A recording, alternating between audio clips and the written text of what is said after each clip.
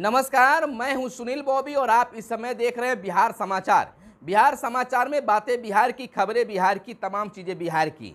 आइए हम बताते हैं बिहार की ताजा और बड़ी खबरों को। हर हेडलाइन को बताएंगे, आपको अपडेट करेंगे। बिहार में स्कूली शिक्षा में सुधार को लेकर बिहार सरकार शिक्षा विभाग के द्वारा लगातार प्रयास किए जा रहे हैं। यह भी चर्चा बना कि बिहार के शिक्षा मंत्री विजय कुमार चौधरी ने कहा कि एक साथ बच्चे और शिक्षकों को रखा जाए। पहली कदम की ओर शिक्षकों की समस्या का निदान भी कराया जाए। तमाम चीजों पर हो रहा है। वेतन समय पर देने की भी बातें शिक्षा मंत्री के द्वारा किया गया, पहले भी किया गया था, लेकिन इस पर अब तक कोई खास चीज नहीं आ पाया है। लेकिन दूसरी बड़ी चीज एक सामने आपको बता देते हैं। प्रवेश उत्सव पर आया है। 8वीं बाद पढ़ाई छोड़ चुके बच्चों की घर घर अब होगी तलाशी। अभियान शुरू किया गया है। राज्य के सरकारी विद्यालयों में 8वीं पास कर 9वीं कक्षा में दाखिला नहीं लेकर पढ़ाई छोड़ने वाले छात्र छात्राओं की घर खोज होगी। घर घर अब खोज करनी होगी और उन्हें उनके अभिभावकों और काउंसलिंग की जाएगी। पढ़ाई का न सिर्फ महत्व बताया जाएगा, बल्कि हर हाल में ऐसे बच्चों को दाखिला भी विद्यालय में कराया जाएगा। बीते दिन राज्य भर में 9वीं में दाखिले के लिए प्रवेश उत्सव विशेष नामांकन अभियान 2022 आरंभ भी किया गया। और इधर गांव की सरकार की बात कर ले तो आपको बता दें कि लगातार पंचायत चुनाव के बाद वार्ड सदस्य अपनी भूमिका को लेकर आवाज उठा रहे हैं। आरोप भी लगा रहे हैं कि हमारे सहयोगी जनप्रतिनिधि जो हैं, पंचायत प्रतिनिधि जो हैं, हमें वैल्यू नहीं दे रहे हैं। बना तो दिया गया लेकिन कोई काम नहीं मिल रहा है। जिस उम्मीद के साथ जनता ने हमें जिताया, हम उसके उम्मीद पर खरे नहीं उतर रहे हैं। हमें न तो मनरेगा के तहत कोई काम मिल रहा है, न नली गली मरम्मत करने का काम मिल रहा है, न नल जल योजना जो कई जगह पर बंद पड़े हैं उसको सुचारू रूप से चालू करने का मौका मिल रहा है। जो भी हो रहा है अनलॉक कर रहे हैं और उसमें हमारे वार्ड में कोई विकास का काम नहीं हो पा रहा है।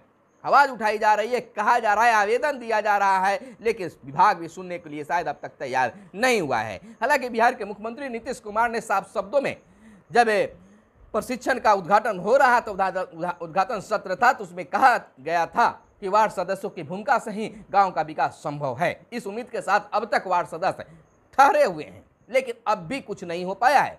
इसी दरमियान एक घटना बक्सर जिले से निकलकर सामने आई है। हालांकि वो पंचायत की प्रतिनिधि नहीं बल्कि नगर परिषद के प्रतिनिधि रहे हैं। आपको बताते चले कि बक्सर के नगर परिषद के रंजीत कुमार सिन्हा उर्फ में कह सकते हैं कि उनका कुछ और नाम था, तो वह रंजीत कुमार सिन्हा जो हैं एक मोबाइल टावर पर चढ़ गए और अपनी उपेक्षा के शिकार की जो कहानी है कहने लगे। इतना ही नहीं, वह आत्महत्या करने की भी कोशिश करने लगे। उनका कहना था कि विभाग के द्वारा, हमारे प्रतिनिधियों के द्वारा उपेक्षा हमारे वार्ड को किया जा रहा है और जनता के ताने से तंग आकर मैं इस काम को कर रहा हूं। सुनने वाला शायद कोई नहीं, लेकिन इस तरह से अजीबोगरीब घटना चर्चा का विषय बना हुआ है। हालांकि आत्महत्या कोशिश करना यह समस्या का निदान नहीं है और इसी कार्य नहीं करना चाहिए, इसको मैं समर्थन भी नहीं करता हूं, लेकिन विरोध करना चाहिए। विरोध का यह तरीका ठीक नहीं है। आपको बताते चले कि नुपुर शर्मा देश से माफी मांगे। सुप्रीम कोर्ट पैगंबर के खिलाफ टिप्पणी मामले में सर्वोच्च अदालत की कड़ी फटकार और कहा नुपुर शर्मा देश से माफी मांगे। सुप्रीम कोर्ट ने क्या कहा बता दें। क्या आपके लिए यहाँ रेड कारपेट होना चाहिए? जब आप किसी के खिलाफ शिकायत करती हैं तो उस शख्स को गिरफ्तार कर लिया जाता है। आपके दबदबे के कारण कोई आपको छूने की भी हिम्मत नहीं करता। टीवी पर माफी मांगनी चाहिए। आपको बताते चले कि नुपुर शर्मा के वकील ने कहा कि उन्होंने उनके लिए माफी मांग ली है। इस पर कोर्ट ने कहा है कि नुपुर को टीवी पर जाकर पूरे देश से माफी मांगनी चाहिए।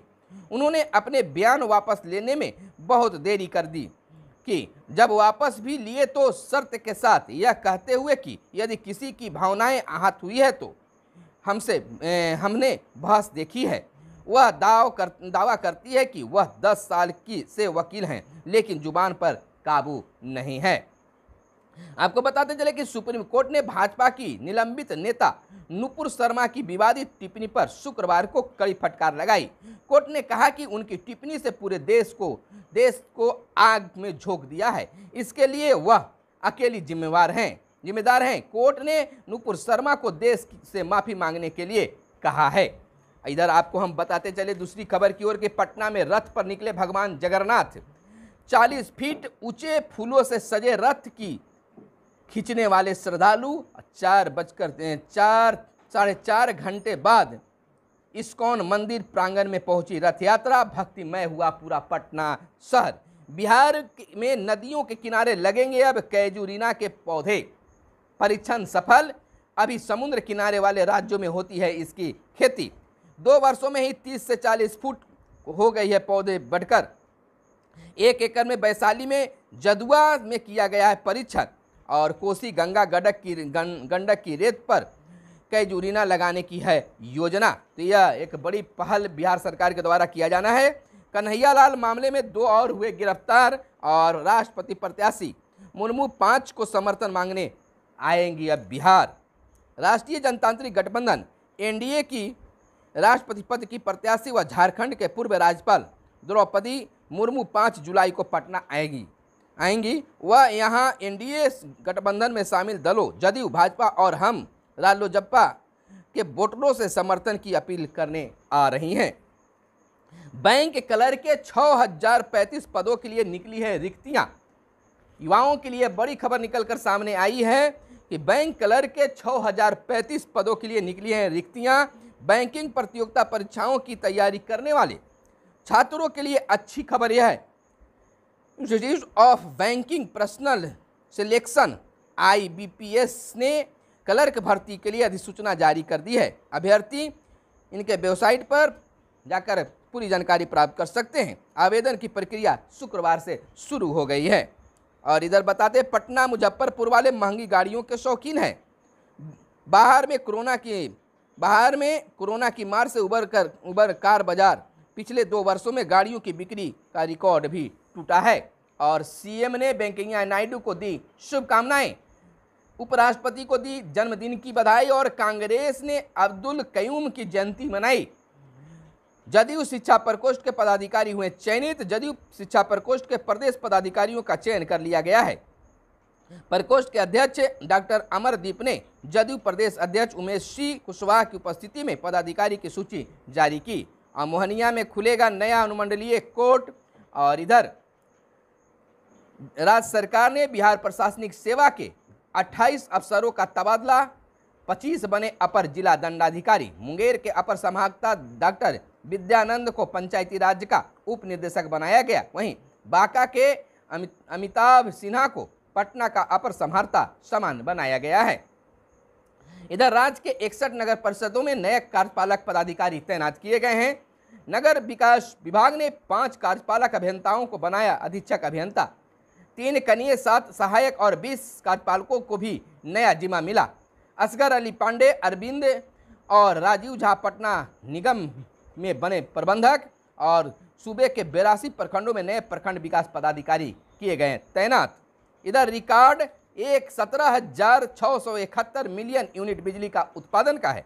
राज्य के 4 जिलों में डीएमएसपी व डीएमएएसपी व एसपी सम्मानित।